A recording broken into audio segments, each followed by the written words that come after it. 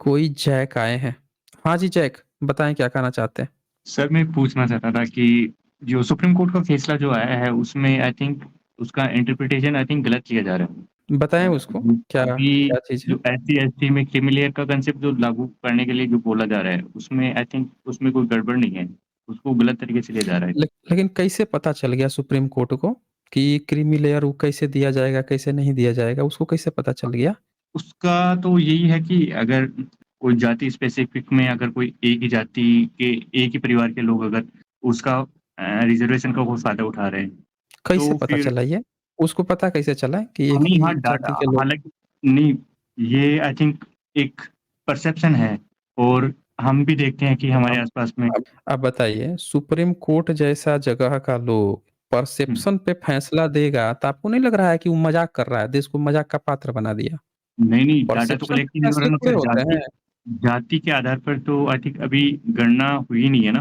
पहले हुई थी आई तो थिंक 2011 के अंदर तो हुई है, उसके बाद में कोई तो जाति आधारित एक गणना नहीं की गई। नहीं 2011 में भी नहीं हुई है।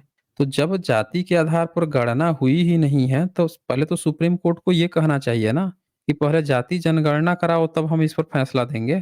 पहले तो उसको नहीं ये सर, कहना हम चाहिए। नहीं, नहीं, हुँ। वो आपकी बात सही है। अब डाटा कलेक्शन करना ज़रूरी है क्योंकि हमको भी पॉलिसी बनाते बिना हैं उसके इम्प्लीमेंटेशन बिना के लिए। किसी डाटा के एक बात बताइए, आप जो हैं 5 लोग हैं, 5 लोग गए कहीं पे और कोई व्यक्ति जो है, वो पाँचों स्वस्थ ही दिख रहे हैं और कोई व्यक्ति जो है कह रहा है ये बीमार हैं, ये ज़्यादा ये हैं, ये हैं, ऐसे-ऐसे करके कुछ अनुमान लगा रहा है। तो अनुमान क्या लगाना भई, जब आपके पास एक्स-रे मशीन रखी है, आपके नहीं पास सर, ब्लड सैंपल लेकर उसके जाँच की वस्तु रखी हुई है, आप जाँच करवा तो पाँचों के पाँचों की जाँच करवा दीजिए, लगाइए इंजेक्शन खींचिए सबसे ब्लड और लेके पूरा सारा का सारा डेटा आ जाएगा ना सामने, कि भाई नहीं किस सर, व्यक्ति में हाँ, कितनी बीमारी है, कहाँ हम पे क्या है। जब डेटा सामने होगा, तब ये फैसला होगा ना कि कौन व्यक्ति जो है फ़ायदा उठा रहा है, किसने आज़ादी के बाद से संपत्ति बना ली, किसने आज़ादी के बाद संपत्ति गँवा दी, किसके पास आज़ादी के 77 साल बाद भी संपत्ति नहीं आई। किसने पूरी संपत्ति हड़प-हड़प के रखी है। ये जब सारा डेटा आ जाएगा तब ना आप लगाइएगा कैप कि किसको क्या देना है, किसको नहीं देना है। तो जाति जनगणना पे मुँह एकदम नील बटे सन्नाटा करके बैठ गए हैं। मुँह ही नहीं खुल रहा है इनका। हुँ? और नहीं कह सर, रहे हैं आपका कि कहना वर्गीकरण तो कर सही दो। है। हुँ? आपका कहना सही है अच्छा सर। एक एक और बात बताइए, मान लीजिए कि कट ऑफ जनरल का जाता है 100, ठीक है? जी सर। और एससी-एसटी का गया मान लेते हैं 80 गया या 85 गया, ठीक है? जी सर। इतना हम मान लेते हैं। तो ये वर्गीकरण करने का क्या कारण है भाई? वर्गीकरण तो तब किया जाता है ना जब आप देखते हो कि जितना रिज़र्वेशन दिया गया है तो इनका कट ऑफ अब 100 फ्लो कर रहा है। जनरल का कट ऑफ गया 100 और इन लोगों का चला गया 100-01 या 100-02 या 100-05। तो अब तय हुआ कि अब इनके यहाँ भी एससी-एसटी समाज के अंदर भी क्रीम पैदा हो गए हैं, जो जनरल कट ऑफ को से भी ऊपर इनके कट ऑफ जा रहे हैं। यानी कि नहीं सर, अब ये जो ऐसा तो बच्चे हैं कभी ये हुआ नहीं। क्रीम हो गए हैं। हैं? ऐसा तो कभी हुआ नहीं सर। तो नहीं हुआ है तो क्रीमी लेयर कहाँ से लेके आ गया? सपना आ रहा है क्या उसको? बिना कट ऑफ पार क्रीमी किए लेयर हुए, का बिना बराबर आए ये हुए वो कैप कैसे लगा दिया? क्रीमी लेयर का मतलब हुँ? ये नहीं है कि सर आपके नंबर ज़्यादा आ रहे हैं। नहीं, क्रीमी लेयर का मतलब फिर है क्या? मतलब क्या है? क्रीमी क्रीमी लेयर लेयर का नाम मतलब रखा ये है है कि क्रीमी लेयर। आप हुँ, जैसे हुँ, हुँ। एग्ज़ाम्पल क्रीमी जैसे लेयर का ग्रामीण हम बताते हैं आपको क्रीमी लेयर का क्या मतलब है। क्रीमी लेयर का ये मतलब है कि एक व्यक्ति बीमार पड़ा हुआ है, उसको हॉस्पिटल में रखा गया, उसको एक इंजेक्शन दिया गया और उसको कहा जा रहा है चलो तुमको इंजेक्शन पड़ गया ना, अब चलो तुम यहाँ से निकलो। तुम ठीक हुए हो, नहीं हुए हो उससे कोई मतलब नहीं है, तुमको एक इंजेक्शन पड़ा है चलो हटो निकलो, अब किसी दूसरे को इंजेक्शन दे दें। ये क्रीमी लेयर होता है भाई, ये नहीं होता है ना। देखें आप जो रिज़र्वेशन एग्ज़ाम्पल बता रहे कैसे हैं आया ना, है? आप रिज़र्वेशन जो का उद्देश्य क्या था? रिज़र्वेशन रिज़र्वेशन का देने का उद्देश्य था हाँ, उद्देश्य क्या था? सोशली और एजुकेशनली बैकवर्ड जो पीपल्स हैं, उनको थोड़ी-सी सहूलियत दी जाए, वो भी प्रशासनिक गतिविधियों में आ पाएँ, ताकि उनको समाज में उनका प्रतिनिधित्व सोशल स्टेटस थोड़ा-सा ऊपर। रिप्रेजेंटेशन हाँ, हाँ जी सर। वैसे व्यक्ति जिनको सामाजिक कारण से जिनके सामाजिक कारण से नीच बना दिया गया है, तो उनको प्रतिनिधित्व में आने ही नहीं देता, कहता है नीच है और जिनको पढ़ने ही नहीं दिया, बोला कि इनको पढ़ने का ही अधिकार नहीं है। तो वैसे लोगों को भी मुख्य धारा में लाने के लिए रिप्रेजेंटेशन देने के लिए रिज़र्वेशन लाया गया। तो यहाँ पे सवाल क्या था पूरे समुदाय की बात हो रही है कि इन समुदायों के लोग ही नहीं आ पा रहे हैं, क्योंकि धर्म ऐसा बना दिया गया जिस धर्म ने उनके साथ इतना भेदभाव किया कि अब उनको सामने देखना ही नहीं चाहता आगे बढ़ने, ये मुख्य कांसेप्ट था। तो अब इसमें से वो कह रहा है क्रीमी लेयर, अरे कौन सा कहाँ का क्रीमी लेयर? सर जैसे जब एक बच्चे एग्ज़ाम्पल देखें बताता जय हूँ सर मैं। बोलिए। टीना टापी हुँ, आईएएस ऑफिसर है, उसके पिताजी भी आई थिंक आईएएस ऑफिसर थे। मेरे को कंफर्म नहीं है, लेकिन उसकी जो सिस्टर है वो भी आईएएस ऑफिसर है। तो एक ही फैमिली हुँ, के लोग लगातार प्रशासनिक गतिविधियों में अगर एक्टिव रह पाते हैं और हुँ, उनको अगर आरक्षण मिलता है और उनकी जगह अगर हुँ, उसी कम्युनिटी के दूसरे लोगों को जो नीचे तबके के हैं अभी, यानी कि उसमें हुँ, प्रशासनिक गतिविधियों में अभी तो उनकी फैमिली कोई हिस्ट्री नहीं है, अब तो एक बात वो अब अगर एक बात फ़ायदा मिलेगा तो बताइए। ज़्यादा बेटर होगा नहीं, ना नहीं, सर। तो आप उनको फ़ायदा दीजिए ना, मना थोड़ी किया जा रहा है कि फ़ायदा मत दीजिए। ये तो बताइए सर एक टीना डाबी सर्टेन जी ने सर्टेन हम उसके सर्टेन तरीके परसेंट हैं। नहीं नहीं, नहीं देखें सर, एक जैक, आप सर्टेन जैक परसेंटेज ही आप तो मेरी सर बात लोगों सुनें। को मिल पाएगा ना। नहीं, नहीं आप समझ नहीं रहे मेरी बात को। हम कह रहे हैं कि आप फ़ायदा दीजिए लेकिन आप समझ नहीं पा रहे हैं फ़ायदा कैसे देना है। टीना हाँ, दाबी जो हैं, वो एससी समुदाय से वो बुद्धिस्ट हैं कि नहीं हैं? बुद्धिस्ट है तो वो तो सर बुद्ध बुद्धिस्ट लोगों को अगर तो उसका रिलीजन बुद्धिस्ट है तो सर वो फ़ायदा कैसे ले पाएँगे? काहे नहीं ले पाएँगे? बुद्धिस्ट काहे नहीं ले एससी-एसटी पाएँगे में हो भाई? ना, बुद्धिस्ट बुद्धिस्ट एससी-एसटी में आते बुद्धिस्ट हैं क्या? किसमें आते हैं? बुद्धिस्ट लोग किसमें आते हैं? सर मैं राजस्थान से बिलॉन्ग करता हूँ और राजस्थान में बुद्धिस्ट लोग है नहीं एक्चुअली, तो मेरे को इसके बारे में आइडिया हाँ, नहीं है। तो नहीं है तो आपको आइडिया नहीं है ना। भारत के जितने भी लोग हैं उनका कल्चर बुद्धिज़्म ही है। ये कुछ लोग जो हैं अपने को हिंदू, हिंदू, हिंदू, हिंदू करने लगे हैं। पूरे भारत देश का सब लोगों का रिलीजन, भारत लोगों का सब लोगों का धर्म, मज़हब जो है वो बुद्धिज़्म ही है। बाय डिफ़ॉल्ट बुद्धिज़्म है। ये कुछ ज़बरदस्ती हिंदू, हिंदू अपने को चिल्ला रहे हैं, मुस्लिम जो कह दिया हिंदू, तो अपना इन्होंने बुद्धिस्ट से नाम बदल के हिंदू, हिंदू कहना शुरू कर लिया। नहीं तो बाय डिफ़ॉल्ट सब चलो बुद्धिस्ट हैं। तो चलो टीना सर डाबी हम अब सुने बुद्धिस्ट मान कहानी। लेते हैं। हुँ, हाँ, अब सुने ध्यान से। टीना डाबी अगर एससी वर्ग से हैं, तो अब उन्होंने अपना फॉर्म भरा, तो मान लीजिए कि कट ऑफ जो है एससी कैटेगरी से उन्होंने भरा और कट ऑफ गया जनरल का 100, जी सर। जी जनरल सर। का गया 100, एससी का गया 80 जी नंबर। सर। तो टीना डाबी का अगर वो अच्छी हैं पढ़ने में, अगर उनको ज्ञान है और उनका मार्क्स आ गया 101, ये आ गया जी सर। 101, तो जी सर। अब उस 101 का जब अब सिलेक्शन होगा तो उनको एज ए जनरल में सेलेक्ट कर लीजिए ना, दिक्कत क्या है? वो हाँ, जब तो सर जनरल वो जनरल कैंडिडेट आ रही हैं और उनका जो सीट है, जिस सीट में भरी है एससी कैटेगरी में, ऑलरेडी नीचे से एक वैकेंट हो गया ना, नीचे वाला एक कट ऑफ ऊपर ले आइए, उनको वहाँ से शिफ्ट करके जनरल में सीट दीजिए। अरे तो सर यही तो समझ नहीं रहे हो आप सर 100 का क्या कट समझ ऑफ नहीं रहे 100 हैं? गया, 100 कट ऑफ गया है हुँ, जनरल का, 80 नंबर गया हुँ, है एससी का और टीना डाबी के हुँ, नंबर आए हैं 80 हुँ। नंबर ही मान, ठीक है? तो 80 नंबर आए हैं, तो इसका मतलब ये है कि अभी वो तो वो क्रीम नहीं है। एससी की सीट रिज़र्व इसका करेगी ना ये सर। मतलब है, हम क्या कह रहे हैं जैक, इससे ये पता चलता है कि टीना डाबी का अगर 100 भी नहीं ला पाई हैं, अगर 80 ही लाई हैं, सिर्फ़ एससी का कट ऑफ पार कर रही हैं, तो क्रीम कहाँ से हो गई? कहाँ से क्रीम तो हो गई सर वो फिर? जब तक वो यानी कि अरे अभी जो सर मूल धारणा है, seat 1 minute jack, 1 minute jack, jack 1 जी मिनट, सर। यहाँ पे हमें एससी, एसटी समाज को भी लेके आना है ना, उनका भी तो कट ऑफ लेके आना है ऊपर बराबर। आप मेरिट का आप देखें, एक तरफ आप मेरिट का रोना रोते हो और दूसरे तरफ आप एससी-एसटी समाज में मेरिट भी नहीं पैदा होने देना चाहते। अब ये बताओ टीना डाबी जी की क्या गलती है कि वो एक बार उनका 80 नंबर आ रहा है, अपने समाज की सबसे पढ़ी-लिखी और अपने समाज की सबसे अच्छी महिला हैं, तो अब चूँकि वो 100 नंबर मार्क्स नहीं कट ऑफ पार कर पाएँगी जनरल से, तो अब उनको आईएएस बनने का ही अधिकार नहीं है। यानी कि आप एससी-एसटी समाज की जो सबसे पढ़ा-लिखा उनके यहाँ का जो इंटेलेक्चुअल वर्ग है, उसको आप आगे ही नहीं जाने देना चाहते? उसको छाँट के अरे हटा सर देना चाहते हो? हाँ, आप एग्ज़ाम्पल को गलत तरीके से ले रहे हो सर आप। मैं कह रहा नहीं हूँ सर टीना डाबी हम का परिवेश एग्ज़ाम्पल रहा का है, वो एक हुँ, अच्छे एलाइट वर्ग क्या का है रहा है। परिवेश? तो हम अरे यही सर तो बोल रहे हैं कि ब्राह्मणों का जो सुप्रीम कोर्ट के जज हैं, इन लोगों का बैकग्राउंड क्या रहा है? हाँ, वो आपकी बात में सहमत हूँ सर इस बात से। कैसे आप उसमें सहमत मन हैं? भारत में जितने नेता हैं, उनका फैमिली बैकग्राउंड क्या रहा है? क्या उनका कोई दादा-परदादा, उनका पिताजी, चाचा, भतीजा कोई नेतागिरी में तो नहीं रहा है? बता दीजिए, क्या उनका बैकग्राउंड तो क्या कहीं पे ऐसा आया है कि अगली बार वो इलेक्शन ही नहीं लड़ पाएँगे? बोल दीजिए, तो क्या सर उनका बच्चा ही इलेक्शन नहीं लड़ पाएगा?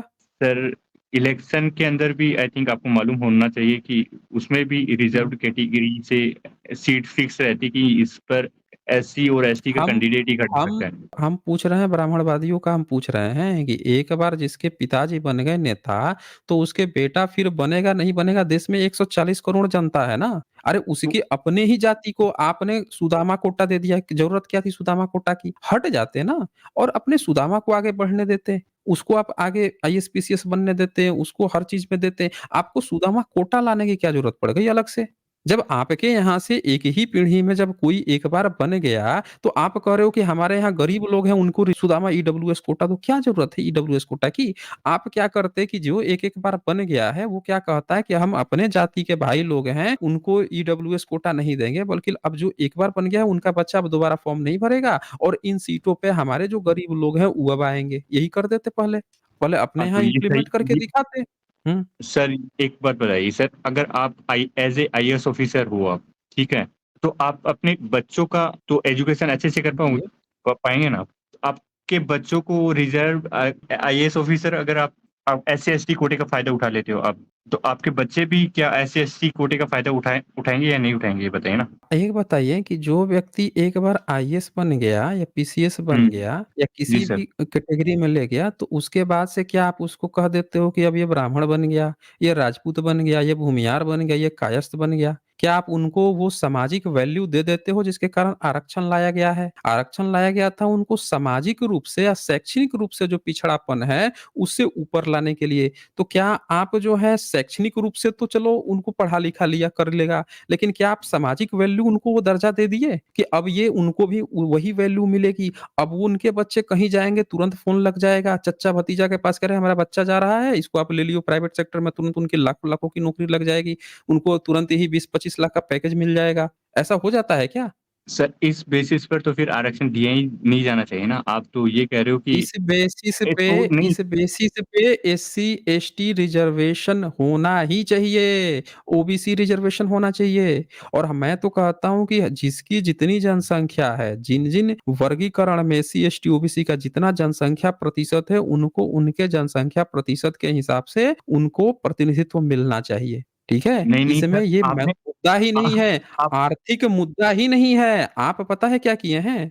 आप जो बात बता रहे हैं ना, आपने इसको बना दिया है गरीबी उन्मूलन कार्यक्रम आपने बना दिया इसको। कैसे? पूछिए कैसे? आपने क्या कहा नहीं, कि नहीं वो 80 नंबर ला रही है टीना डाबी, ठीक है? हुँ, जनरल का कट ऑफ गया 100, तो टीना डाबी को इसीलिए आईएएस बनने का नहीं मौका मिलना चाहिए क्योंकि उनके घर के पिता के पास थोड़े से पैसे संपत्ति हो गए हैं, थोड़े से ज़मीन हो गए हैं। यानी आप ये कह रहे हो कि एससी-एसटी समाज का वो तबका जो थोड़ा-सा अपने बच्चे को थोड़ा-सा पढ़ा-लिखा लिया, जो अब ब्राह्मणों से ब्राह्मणवादी ताकतों से उनके सिस्टम में बैठ के फाइट कर सकता है, लड़ सकता है, उसको काट के हटा दो। उसको आगे ही मत बढ़ने दो। सब लोग ओलंपिक में भेजते हैं अपने-अपने कैंडिडेट को, तो हर क्षेत्र जो है, हर देश जो है अपने सबसे स्ट्रॉन्ग प्लेयर भेजता है।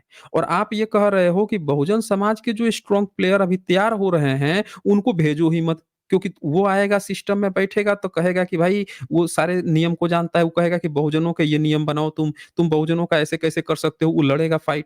तो आप क्या कर रहे हो उन सारे स्ट्रॉन्ग प्लेयर्स को तुम हटाओ, हमको तो वो बच्चा भेज दो जिसको हम आसानी से कह सके एनएफएस नॉट फाउंड सूटेबल और वो नहीं कुछ सर जानता मैं नहीं, उसके माता-पिता मैं कुछ नहीं जानते। एक मिनट जैक आप पूरा पैटर्न समझिए। आपको कैसा बच्चा चाहिए वहाँ पे जो वहाँ पे जाए चुपचाप जाके खड़ा रहे, जिसको पता ही नहीं है सिस्टम। ना उसके माता-पिता कभी उस सिस्टम में रहे हैं जो अपने बच्चे को बता पाए हैं कि देखो मनुवादी कैसे शोषण करते हैं, कैसे सिस्टम को हैक करके रखा है, वो कुछ नहीं जानता, चुपचाप जाएगा, खड़ा रहेगा। आपको वैसा ही व्यक्ति चाहिए ना जो बहुजन समाज के नाम पर ब्राह्मणवादियों के लिए जाके वहाँ पे फील्डिंग करे, चुपचाप खड़ा रहे हर जगह पे, बोले ही ना। यही चाहिए ना आपको, ऐसा आदमी चाहिए। पर वो नहीं चाहिए जिसके माता-पिता एक बार उस सिस्टम में रह के अपने बच्चों को भी तैयार कर चुके हैं कि बेटा अब जाना ना तो हमसे ये गलती हो गई थी, तुम इन-इन चीज़ों पर फ़ोकस करना और मनुवादियों को बराबर टक्कर देना। आप चाहते सर नहीं हो कि बहुजन समाज का आपने स्ट्रॉन्ग प्लेयर फिर आगे बढ़े, आप काटना चाहते हो उसके पैर। हाँ, बोलिए। नहीं सर, आपको नहीं लगता कि सर एससी, एसटी, ओबीसी के अंदर एक वर्ग इसके अंदर भी ऊपर और नीचे वाला जो डिस्टेंस है, जो कैसे? कैसे? इकोनॉमिकल बेसिस पर ले ले या इकोनॉमिक है चाहिए ही नहीं ना, इकोनॉमिक नहीं, नहीं, बेसिस ही नहीं है ना रिज़र्वेशन का बेसिस ही नहीं, इकोनॉमिक नहीं नहीं सर, है। मैं आपकी बात कंसिडर कर रहा हूँ सर, इकोनॉमिकल बेसिस हुँ। नहीं है। हम इन जनरल बात कर रहे हैं। जैसे एससी, एसटी, ओबीसी के अंदर आपको नहीं लगता कि अमीर और गरीब लोगों के बीच में ज़्यादा खाई पैदा हुई है। नहीं, आपको नहीं लगता क्या ऐसा? तो आपको अच्छा एक एक एक यानी कि जो सिंपल बात इकोनॉमिक बताइए, नहीं एक बात बताइए, एक सिंपल सी बात हाँ, बताइए। जी सर, जी वो सर। उनके अपने घर के मुद्दे हैं ना, वो उनके नहीं, घर आपस के के मुद्दे घर नहीं के मुद्दे हैं। देखें नहीं, 1 मिनट नहीं ये जैक आप एक बात कॉमन एक पैटर्न पे आप गलती कर रहे हैं। पता है क्या है? वहाँ पे एक जो कॉमन पैटर्न की गलती है वो ये है कि आप बार-बार ऊँचाई-नीचाई आर्थिक आधार पर निकाल रहे हैं। सामाजिक आधार पर एससी, एसटी, ओबीसी कितना भी उनके पास पैसा हो जाए, ब्राह्मण उनको नीची जात कहता, रोटी-बेटी संबंध नहीं बनाता और अपनी वर्ण व्यवस्था, अपनी जाति व्यवस्था में उनको नीचे रखता है। ये हकीकत है। पैसा किसी के पास अधिक हो जाए बताओ राष्ट्रपति मुर्मू जी गई थी बद्रीनाथ जो भी टेम्पल के भीतर और पुजारी क्या कह रहा है भीतर नहीं घुसने दिया। बीबीसी को रिपोर्ट वो दे रहा है, इंटरव्यू वो कह रहा है कि झाड़ू पोछा मारने के लिए तब भीतर घुसने देते हैं, नहीं तो राष्ट्रपति ही क्यों ना उनको भीतर ना घुसने देंगे हम। लेकिन जिसको हम वर्ण करेंगे वही जाएगा और दूसरा आदमी नहीं जाएगा। कौन जाएगा? रथ यात्रा के दिन जाएगा और दूसरा दिन वही अगर राष्ट्रपति आएंगे ना उनको भी नहीं छोड़ेंगे। अगर वर्ण करके लाएंगे राष्ट्रपति को, छिरा पहरा कर लिए, झाड़ू कर लिए तो अंदर जा सकते हैं। अगर ऐसे नहीं वर्ण कर लाएंगे तो बाहर ही रहेंगे। अब बताइए कि वो तो हर चीज में सक्षम है ना, वो तो देश की फर्स्ट नागरिक हैं। उनके बारे में एक पुजारी ब्राह्मण जो है उसके ऐसे कैसे हिम्मत आ गई? इसी तरह राष्ट्रपति कोविंद जी जब जा रहे थे मंदिर में, उनको भी धक्का-मुक्की की गई, उनको भीतर गर्भगृह में नहीं घुसने दिया गया। छत्रपति शिवाजी के जो परिवार से थे, वो एक मंदिर के ट्रस्टी हैं, उनको गर्भगृह में नहीं घुसने दिया। उसके लिए बावला कट गया था। तो आप ये देखें कि कोई व्यक्ति को सामाजिक अधिकार के आधार पर उसके पास चाहे पैसा ही क्यों ना हो जाए, उसको सामाजिक जो अधिकार है, जो शैक्षणिक अधिकार है, वो ब्राह्मण नहीं ना दे रहा है, नहीं दे रहा है। तो रिजर्वेशन आर्थिक मुद्दा है ही नहीं। कि आप ये सोच रहे हो कि इनका एक पीढ़ी में एक व्यक्ति बन गया है या 2 बन गया है, तो इसीलिए ये बने, ये मुद्दा है ही नहीं। वहाँ पे ये सिर्फ मुद्दा एक ही होना चाहिए ना मुद्दा है सर। कि उनका क्यों होना चाहिए? ये क्यों सर होना मुद्दा चाहिए? होना चाहिए ना सर। तो सर ये जैसे बात आप अपने तो जब ये मुद्दा होना चाहिए तो आप अपने गवर्नमेंट से कहिए कि एक बार जातिगत गणना करवा दें, आप पता लगाए किन-किन जातियों के पास कितना संसाधन है कितना पैसा है। ऑक्सफैम की रिपोर्ट आई है, बता रहा है कि 90% पैसा जो है संसाधन जो है 89% वो जनरल वर्ग के पास है। देश की 85-90% बहुजन जनता के पास मात्र 10-11% ही पैसा है। तो अपने सरकार से कहिए कि अगर आर्थिक मुद्दा को आधार बनाना है तो भारत में जितनी जातियां हैं सबका जातिगत जनगणना करवाएं और करा के ये रिपोर्ट जाहिर करें कि ब्राह्मणों के पास कितनी संपत्ति है, क्षत्रियों के पास कितनी संपत्ति है, वैश्यों के पास कितनी संपत्ति है, बहुजनों के पास कितनी संपत्ति है, एससी एसटी ओबीसी के पास कितनी संपत्ति है, आप बंटवारा कर दे। वो जितने भी जिसके पास एक्सेस है उनका सब में बंटवारा कर दे। अब सबके पास धन बराबर हो गया। जब सबके पास धन बराबर हो जाएगा तब हम अब बात करेंगे कि अब सोशली बैकवर्ड कौन है, एजुकेशनली बैकवर्ड कौन है। अब हम बात करेंगे। तो आपको इकोनॉमिक क्राइटेरिया पहले बराबर कर दीजिए। आप इकोनॉमिक क्राइटेरिया तक बराबर नहीं कर रहे हैं, आप बात इकोनॉमी की कर रहे हैं कि इकोनॉमी के आधार पर ये होना चाहिए, वो होना चाहिए। बोलिए? सर सुप्रीम कोर्ट में जो फैसला दिया है उसमें ये कहा है हुँ। कि एससी, एसटी, ओबीसी में एक क्रीमी लेयर वाला वर्ग बन गया है जो कि अब इतना कैसे सक्षम पता हो गया चला कि वो उसको? अपनी उसको अपना पता कैसे चला? सपने आते हैं क्या उसको? सर हम केसेस देखते हैं इन जनरल लाइफ के अंदर देखते हैं ना। भाई देखें अब ये मैंने बताइए बताया ना सर आपको। एनोक्डेट जैसे एनोक्डेट लॉजिकल फाल्सी का नाम सुना है आपने? नहीं सर मैंने नहीं सुना है। एनोक नहीं सुना है। एनोक्टेट लॉजिकल फाल्सी का नाम नहीं सुना है। उसको कहते हैं ना पर्सनल एक्सपीरियंस लॉजिकल फाल्सी। हमको ना ख्वाब आता है, सपने आते हैं, मेरा ऐसा एक्सपीरियंस है, हमने ऐसा देख लिया है, इसीलिए ये चीज़ सही है। तो सपने आ सर रहे हैं ना उनको, कि उन्होंने देख लिया है। ये बताइए रिपोर्ट जो है वो क्या कह रही है? हुँ? रामविलास पासवान ऑक्सफैम को जानते हो? रामविलास पासवान को जानते हो आप? कितना प्रतिशत जनसंख्या है उनकी पूरे भारत में एससी समुदाय के अंदर? रामविलास पासवान एक पर्सन का नाम है, जाति नहीं है ये। क्या कहा आपने? रामविलास पासवान को जानते हो आप? मतलब उनका प्रतिशत तो होगा ना जनसंख्या प्रतिशत की भारत में प्रतिशत नहीं कितनी है सर, जनसंख्या ये प्रतिशत है? एससी कम्युनिटी से बिलॉन्ग करते हैं और ये बीजेपी में है फिलहाल और ये अभी एस सुप्रीम कोर्ट का जो फैसला आया है ना, उसका विरोध कर रहे हैं ये। इनका फैमिली बैकग्राउंड पॉलिटिशियन कर रहा है और ये लगातार एक यानी कि इनका हायरार्की चली आ रही है। उसके दादा थे, दादा के बाद में इसके पापा बने, पापा के बाद में अब वो खुद है। तो अब हाँ, ऐसी तो हायरार्की बन के आ बता रही है दीजिए। सर। अब उसमें अब वहाँ से वो अपना उनको अगर ये ये हायरार्की उनकी टूट जाती है, तो इनकी जगह कोई अब उन्हीं की कम्युनिटी का कोई दूसरा बंदा उनको रिप्रेजेंट करेगा तो ज़्यादा बढ़िया रहेगा ना सर। तो यही बात सुप्रीम तो कोर्ट हम का ब्राह्मणों से कह ये रहे हैं। फैसला यही बात सिंपल सा यही बात हम यही बात तो हम सुप्रीम कोर्ट से भी कह रहे हैं कि जो बैठे हैं सब वहाँ पे एक हायरार्की बना दें कि देश में हाँ सर, 140 करोड़ वो जनता है और भी तो नहीं हाँ जाति सर, के वो लोग आप हैं। मैं यही सब बैठ के काहे बैठे हुए हैं? एक बार हाँ, तोड़े तो। एक बार हाँ, पैटर्न इन तो सब तोड़ के दिखाएँ। मैं हुँ। आपकी बातों का समर्थन करता हूँ सर। इस चीज़ का समर्थन करता हूँ, लेकिन आप जो नहीं, नहीं, सुप्रीम आप कोर्ट का जो नहीं समर्थन कर रहे हैं नहीं, ना, नहीं, चक्कर नहीं, मैं ये है कि आप डेफ़िनिट समर्थन देखें, आप सर मैं समर्थन कर रहा नहीं हूँ कर मैं रहे हैं। नहीं नहीं सर, कर मैं आपकी आपके बात से समर्थन से समर्थन कर रहा हूँ अच्छा ये सर। बताइए आपके समर्थन का फ़ायदा क्या हो रहा है? आपके सर समर्थन का फ़ायदा क्या है? नहीं सर, भारत में जब आपने सुप्रीम कोर्ट व्यक्ति है, सुनिए ज़रा ध्यान से। सर आप मेरी बात को सुनिए सर। भारत नहीं आपका जो चैनल हम का नाम है सुन वो सुन रेशनल वर्ड करके है। तो देखें, आप रेशनल नहीं तरीके से रेशनल वर्ड सोचिए ना है। सर। हम रेशनल तरीके से सोच रहे हैं, आप इरेशनल तरीके से सोच रहे हैं। नहीं सर, हम मैं बता रहे रेशनल हैं तरीके से सोच रहा हूँ नहीं सर। तो ये बताइए हाँ, ये बताइए ये आंकड़ा आपको दिख रहा है ये? बताइए। जी सर, हाँ। इसमें क्या लिखा है? India richest 1% own more than 40% of total wealth Oxfam.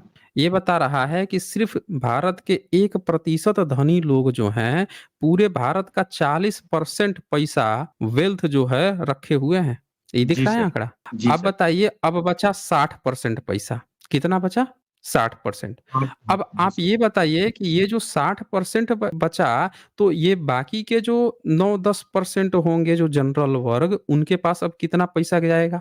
Ji sir, सोचिए ज़रा। वो सही बात आप रेशनली नहीं, से बोल ये रहे हैं ना? आपकी आप तो हाँ, आपकी जब बात सही है सर। बहुजन समाज के पास अब ये देखिए ये देखिए ये फ़ोटो दिखाया है कि ये कैसे ये वेल्थ में टंगे हुए हैं, बाकी लोग उनसे कमज़ोर हैं। तो जब सब चीज़ दिख रहा है कि सारा वेल्थ जो है, यही ब्राह्मणवादियों के पास है, तो आप किस हिसाब से कौन-सा गाना गा रहे हैं भाई कि उनको मिलना चाहिए, इनको नहीं मिलना चाहिए?